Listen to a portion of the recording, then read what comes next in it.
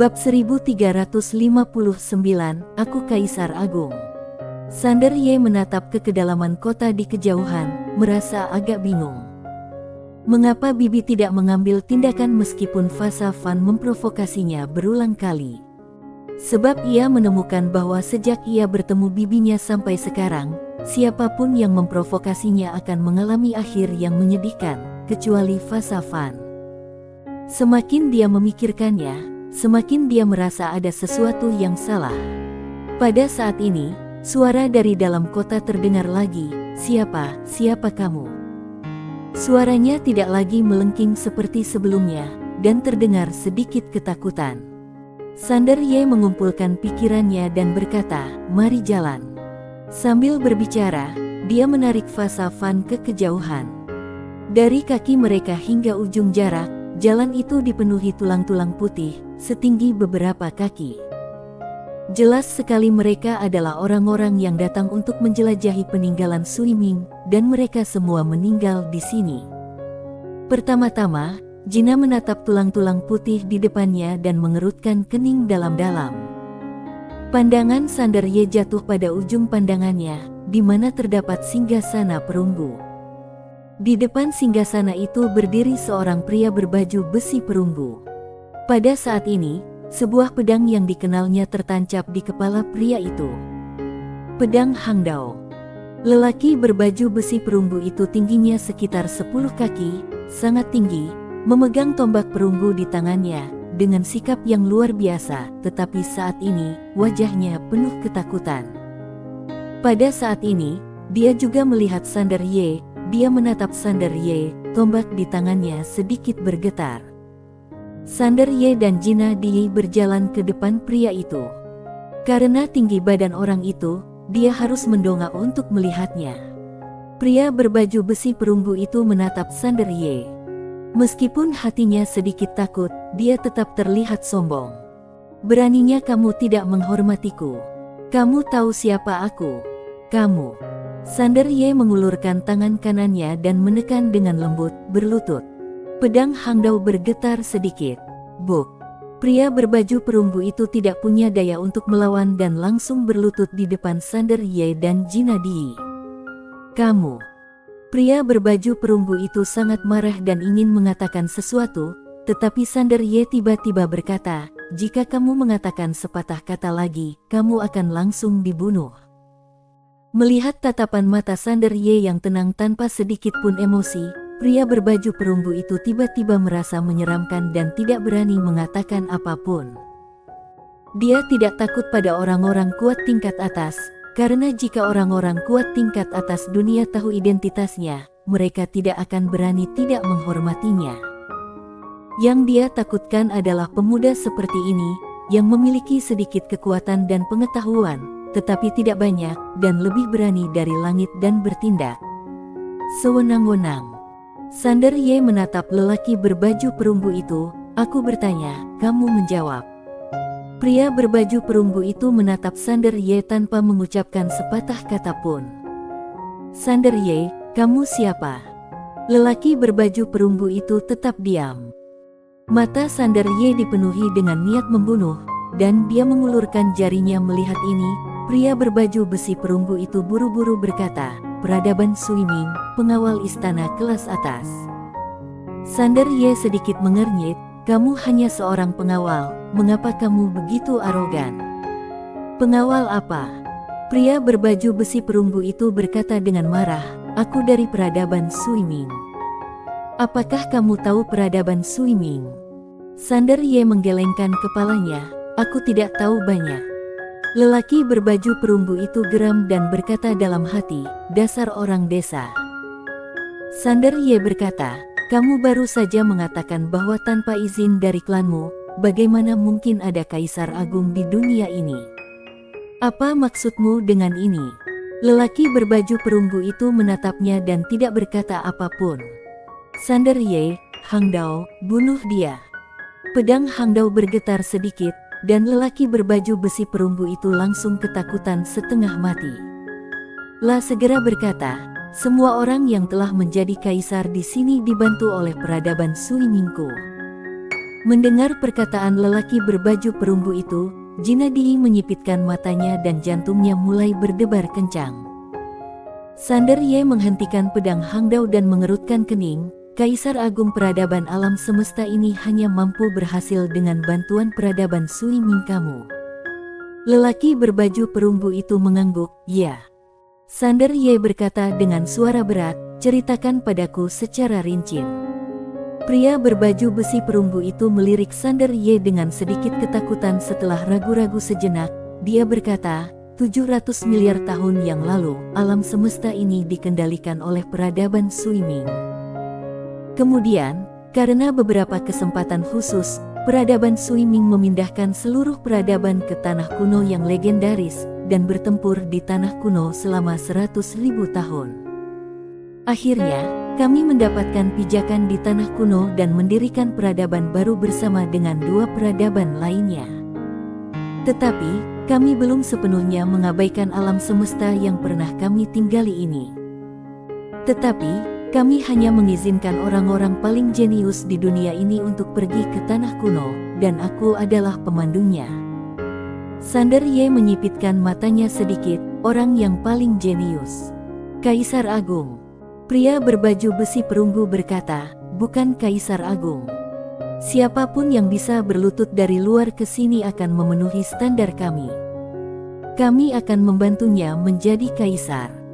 Sander Ye berpikir sejenak, lalu berkata, apakah Kaisar Agung adalah seekor semut di peradaban Sui Ming?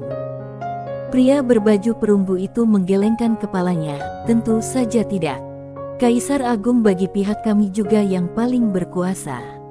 Sander Ye mengangguk, untungnya, kekuatan tempurnya belum runtuh. Pria berbaju besi perunggu. Jinadi tiba-tiba bertanya, bagaimana dengan Kaisar Agung lainnya? Apakah mereka semua pergi ke peradaban Sui Ming? Lelaki berbaju perunggu itu berkata dengan suara berat, ada yang pergi, dan ada yang memilih menyesal dan tidak pergi.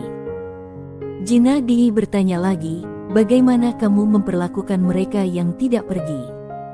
Pria berbaju besi perunggu itu mencibir, tentu saja aku akan membunuhnya. Jinadi menatap lelaki berbaju besi perunggu itu, seorang Kaisar Agung pasti sulit dibunuh, bukan?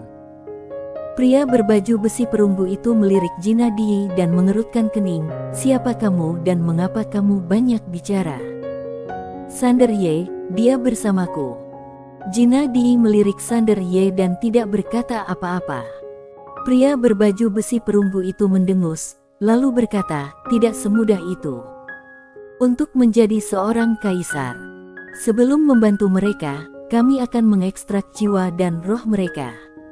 Jika mereka berani menyesal setelah menjadi kaisar, kita akan menghancurkan mereka. Wajah Sander Ye menjadi gelap. Pertama, wajah Jina tampak sedikit tidak senang. Dia tidak menyangka bahwa para kaisar agung yang mencapai puncak alam semesta sebenarnya adalah boneka orang lain. Pria berbaju besi perunggu itu tiba-tiba menatap Sander Ye dan bertanya dengan rasa ingin tahu, bagaimana kamu bisa menjadi seorang kaisar? Sander Ye berkata dengan tenang, jika berlatih cukup baik, kamu secara alami akan berhasil. Mustahil. Pria berbaju besi perunggu itu tiba-tiba menjadi cemas. Kesempatan untuk menjadi kaisar di sini telah ditutup. Tanpa bantuan klan kami, mustahil untuk menjadi kaisar. Sander Ye bertanya, kesempatan apa? Lelaki berbaju perunggu itu berhenti bicara. Sander Ye, Hangdao. Pria berbaju besi perunggu itu berkata cepat, yang disebut kesempatan untuk menjadi kaisar adalah esensi kaisar. Ini adalah jenis energi spiritual yang istimewa. Ketika klan aku pergi, kami mengambil semua esensi kaisar di alam semesta ini. Pada titik ini, dia sepertinya teringat sesuatu, pupil matanya tiba-tiba mengecil, dan dia berkata dengan ngeri, Kamu adalah kaisar agung legendaris yang mendirikan sistem Dao, dan kamu tidak bangkit ke puncak dengan mengandalkan esensi kaisar. Bagaimana ini mungkin? Sander Ye sedikit mengernyit. Apakah ada perbedaan di antara keduanya? Baju besi perunggu itu menatap Sander Ye, hatinya bergetar karena terkejut. Ini tentu saja berbeda. Para kaisar agung yang mencapai kesuksesan dengan esensi kaisar seringkali tidak membangun Taoisme mereka sendiri. Meskipun kaisar agung seperti itu juga yang terkuat di dunia, mereka tidak memiliki Taoisme untuk mendukung mereka. Mereka seperti rumput air yang tak berakar meskipun mereka juga kuat, batas atas mereka ada di sana. Para kaisar agung yang membangun Taoisme berbeda. Mereka memiliki Taoisme mereka sendiri yang lengkap. Selain itu, Taoisme ini berbeda dari yang lain. Tidak hanya itu, ada ratusan juta orang yang mengikuti Taoismenya dan percaya pada Taoismenya. Tidak ada batas atas baginya sama sekali. Saat dia mengatakan ini, sudah ada sedikit rasa takut dalam suaranya. Dia tidak menyangka akan bertemu orang yang begitu menakutkan di sini. Sander Ye tetap diam. Pada saat ini, dia juga memikirkan seseorang, yaitu Fasa Fan. Wanita ini dapat langsung menyerap pikiran jahat dari alam semesta saat dia masuk ke dalamnya. Jalan jahat ini juga menyimpang.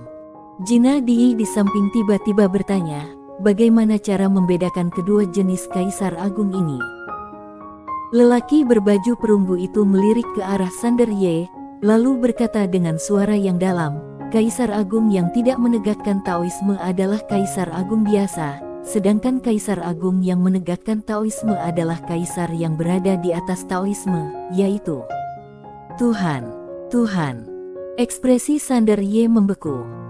Pada saat ini, pria berbaju perunggu itu berkata, tetapi, setelah kita pergi ke tanah kuno, gelar Tuhan diubah menjadi Kaisar Tao oleh pengurus utama saat itu. Kaisar Tao bukanlah ranah, tetapi hanya gelar kehormatan, berbeda dari Kaisar Agung biasa.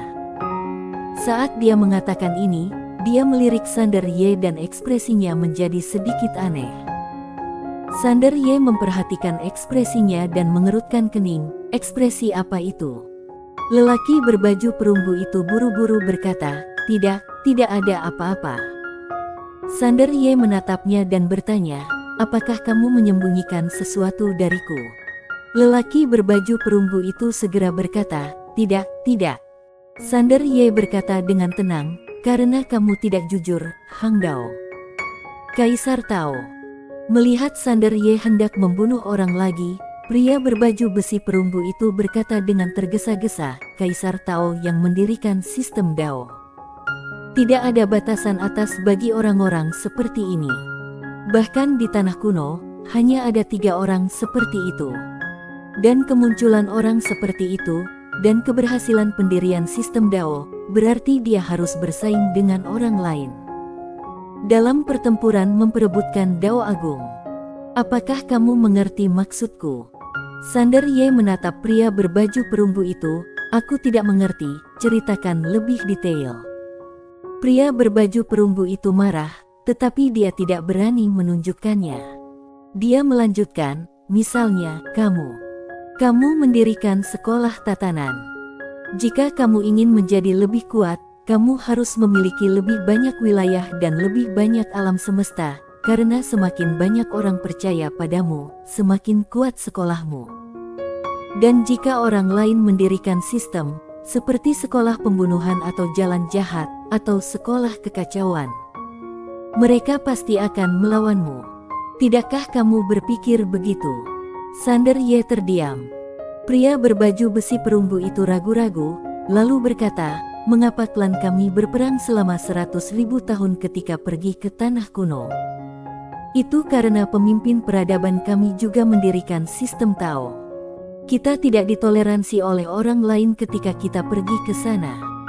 Oleh karena itu, pertempuran yang berlangsung selama 100.000 tahun sebenarnya adalah pertempuran untuk mendirikan negara. Sander Ye tidak mengatakan apa-apa, sebenarnya dia sudah mempersiapkan diri secara mental. Apa tujuan akhir Sander Ye? Satukan seluruh alam semesta. Tetapkan tatanan baru. Jika kamu ingin menyatukan seluruh alam semesta, kamu tentu harus mengandalkan kekuatan. Dia tidak punya jalan keluar. Ini seperti negara-negara bawahan sekuler. Hanya karena kamu tidak ingin menyatukan dunia, bukan berarti negara lain juga tidak ingin menyatukan dunia. Mereka yang tinggal di sudut pada akhirnya akan dianeksasi. Bertarung. Harus berjuang. Pria berbaju besi perunggu itu menatap Sander Ye, berpikir dalam hati bahwa dia harus menyampaikan berita bahwa Kaisar Tao muncul di sini. Ini adalah pencapaian yang hebat. Akan tetapi, pada saat itu, Jina Di tiba-tiba berjalan mendekati lelaki berbaju perunggu itu, lalu menggorok lehernya dengan belatinya. Dalam sekejap, kepala lelaki berbaju perunggu itu melayang keluar. Darah itu seperti air mancur. Jina Di menoleh ke arah Sander Ye, dia tidak mungkin dibiarkan hidup, kalau tidak, kamu akan mendapat masalah besar. Setelah Sander Ye merenung sejenak, dia perlahan berjalan ke Jina Di. Dia mengulurkan tangan dan dengan lembut membelai pipi Jina Di yang lembut. Jika dia tidak mati, peradaban Sui Ming tidak akan tahu situasi di sini.